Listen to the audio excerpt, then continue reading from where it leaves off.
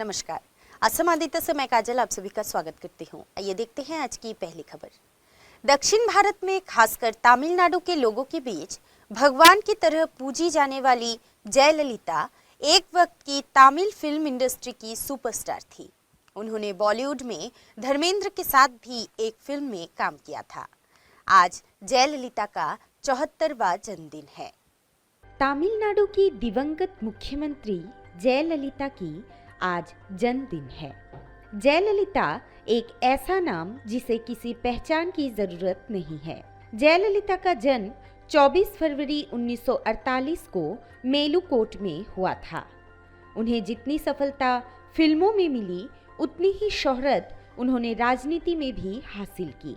मात्र 15 साल की उम्र से जयललिता कन्नड़ फिल्मों में मुख्य अभिनेत्री की भूमिकाएं करने लगी थी। राजनीति करियर में जयललिता 6 बार मुख्यमंत्री बनी और तमिलनाडु में अम्मा के नाम से मशहूर हुई। बता दें कि जयललिता की कन्नड़ भाषा में पहली फिल्म चिन्नाडा गोम्बे है, जो 1964 में रिलीज की गई थी। जयललिता बचपन में पढ़ाई में काफी तेज थी, लेकिन उनकी मां का मानना था कि जयललिता का भविष्य सिनेमा में ज्यादा सुरक्षित रहेगा, इसलिए उन्हें पढ़ाई छोड़नी पड़ी। जयललिता की मां सही साबित हुई और दक्षिण के सिनेमा में जयललिता बेहद सफल रही। दक्षिण भारत की फिल्मों में पर्दे पर स्कर्ट पहनने वाली जयललिता पहली एक्ट्रेस थी। जयललिता को 2 फिल्म फेयर और 5 तमिलनाडु स्टेट अवार्ड मिले। 1965 में उन्होंने पहली बार दक्षिण के सुपरस्टार एमजी रामचंद्रन के साथ काम किया। एमजी रामचंद्रन को वो अपना गुरु मानती थी। एमजीआर साल 1977 में तमिलनाडु के मुख्यमंत्री बने और जयललिता ने 1982 में सक्रिय राजनीति की शुरुआत की। बता दें कि साल 1999 में जयललिता और सोनिया गांधी की एक टी पार्टी हुई, जिसके बाद जयललिता ने अटल सरकार से अपना समर्थन वापस ले लिया था। आय से ज्यादा संपत्ति को लेकर जयललिता काफी विवादों में रही। 1996 में जयललिता पर आय से अधिक संपत्ति मामले में 48 केस दर्ज किए गए थे और उन्हें जेल जाना पड़ा। साल 2016 में ही 2.5 महीने तक अस्पताल में मौत से जूझने के बाद 5 दिसंबर को जयललिता ने आखिरी सांस ली। तमिलनाडु की पूर्व मुख्यमंत्री जयललिता का आज 74वां जन्मदिन है। News desk report, Assam Aditya. अब बढ़ते हैं अगली खबर की ओर। यूक्रेन के साथ जारी गतिरोध के बीच रूस ने हमला कर दिया है। रूस के राष्ट्रपति व्लादिमीर पुतिन ने सैन्य कार्रवाई की औपचारिक घोषणा की है। इसके साथ ही रूसी राष्ट्रपति पुतिन ने यूक्रेन के खिलाफ रूसी ऑपरेशन में हस्तक्षेप करने वालों के खिलाफ जवाबी कार्रवाई का संकल्प लिया है। यूक्रेन के साथ जारी गतिरोध के बीच रूस ने हमला कर दिया है। रूस के राष्ट्रपति व्लादिमीर पुतिन ने सैन्य कार्रवाई की औपचारिक घोषणा की है। इसके साथ ही रूसी राष्ट्रपति पुतिन ने यूक्रेन के खिलाफ रूसी ऑपरेशन में हस्तक्षेप करने वालों के खिलाफ जवाबी कार्रवाई का संकल्प लिया है। वहीं इस घोषणा के बाद संयुक्त राष्ट्र ने पुतिन से युद्ध रोकने की अपील की है। यूएन ने कहा है कि रूस अपने सैनिकों को हमला करने से रोके। न्यूज एजेंसी एएफपी के अनुसार रूस के युद्ध की घोषणा के बाद यूक्रेन की राजधानी कीव में धमाके शुरू होने की खबर है। रूस के राष्ट्रपति व्लादिमीर पुतिन का कहना है कि यूक्रेन ने रेड लाइन पार की है। रूस के सैन्य हमले शुरू करने पर बाद यूक्रेन के राष्ट्रपति ने देश में मार्शल लॉ लगाने की घोषणा की है। उन्होंने यूक्रेन में रह रहे नागरिकों से नहीं घबराने का आग्रह किया है। वहीं रूस के रक्षा मंत्रालय का कहना है कि यूक्रेन की वायुसेना बेअसर कर रहे हैं। इसके लिए सटीक निशाना लगाने वाले हथियारों का इस्तेमाल किया गया है। वहीं हमले के बाद यूक्रेन के राष्ट्रपति वोलोदिमीर ज़ेलेंस्की का कहना है कि दुनिया को रूस को हमले से रोकना चाहिए। इसके साथ ही कहा कि हमले की स्थिति में यूक्रेन अपना बचाव करेगा और जीतेगा। वहीं यूक्रेन के गृह मंत्रालय का कहना है कि कीव में यूक्रेन के फाइटर जेट्स पर हमला हुआ है। रूस के यूक्रेन पर सैन्य कार्रवाई के आदेश के बाद भारत ने शांति की अपील की है।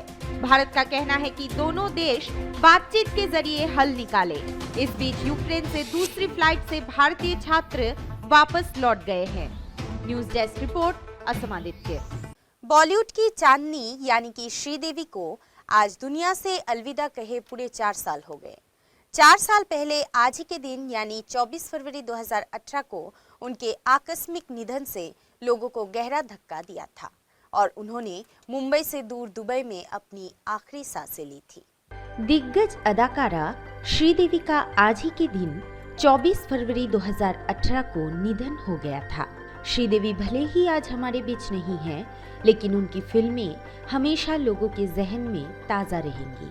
श्रीदेवी ने अपनी एक्टिंग और डांस स्किल से ये साबित कर दिया था कि उनका कोई जोड़ नहीं है।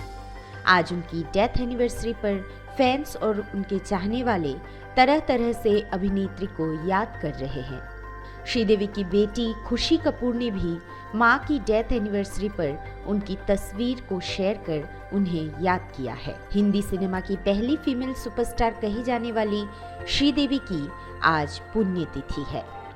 54 साल की उम्र में श्रीदेवी की मौत दुबई में हुई थी। वे वहां एक शादी में शामिल होने के लिए गई थी। उनकी मौत के बाद फॉरेंसिक रिपोर्ट में कहा जा रहा था कि श्रीदेवी का निधन हार्ट अटैक से हुआ, लेकिन बाद में जब पोस्टमार्टम हुआ तब पता चला कि उनकी मौत डूबने से हुई थी। श्रीदेवी जी का निधन वास्तव में एक बेहद दुखद घटना थी, लेकिन आज भी उनकी यादें हमारे बीच जिंदा है और उनकी फिल्में आज भी उनकी याद दिलाती है। News desk report, Assam Aditya. और अब समय है देश दुनिया के इतिहास में आज यानी कि 24 फरवरी की तारीख पर दर्ज अन्य महत्वपूर्ण घटनाओं के बारे में बताने की। आज ही के दिन सन 1483 में भारत के पहले मुगल बादशाह बाबर का जन्म हुआ था, जिनका पूरा नाम जहीरुद्दीन मोहम्मद बाबर था। 1882 में संक्रामक बीमारी टीबी की पहचान आज ही के दिन की गई थी। 1942 में नाजी नेताओं के दुष्प्रचार का जवाब देने के लिए वॉइस ऑफ अमेरिका ने जर्मन में अपना पहला प्रसारण किया था। 1948 में दक्षिण भारतीय सिनेमा की अभिनेत्री अन्नाद्रमुक की नेता और तमिलनाडु की पूर्व मुख्यमंत्री जे जयललिता का जन्म हुआ था। 1961 में मद्रास की सरकार ने राज्य का नाम बदलकर तमिलनाडु करने का फैसला किया था। ब्रिटेन के प्रिंस चार्ल्स और लेडी डायना की शादी का बकिंघम पैलेस की ओर से औपचारिक ऐलान किया गया था और ये विवाह उसी साल 29 जुलाई को हुआ था। 1983 में असम में 3 सप्ताह की जातीय और राजनीतिक हिंसा में 1300 से ज्यादा लोगों की मौत हुई थी। 1998 में हिंदी फिल्मों की प्रसिद्ध अभिनेत्री ललिता पवार का निधन हुआ था। 2002 में कनाडा ने पुरुषों की आइस हॉकी स्पर्धा में 50 वर्ष बाद पहला स्वर्ण पदक जीता था। कनाडा को आइस हॉकी का जनक माना जाता है क्योंकि देश की महिला टीम ने इससे 3 दिन पहले ही स्वर्ण पदक जीता था। 2013 में राउल कास्त्रो को दूसरे कार्यकाल के लिए क्यूबा का राष्ट्रपति चुना गया था। और आज ही के दिन सन 2018 में वरिष्ठ पत्रकार और नेशनल हेराल्ड ग्रुप के editor in chief Nilabh Mishra का निधन हुआ था। आज के लिए बस इतना ही। देखते रहिए असम आदित्य। नमस्कार।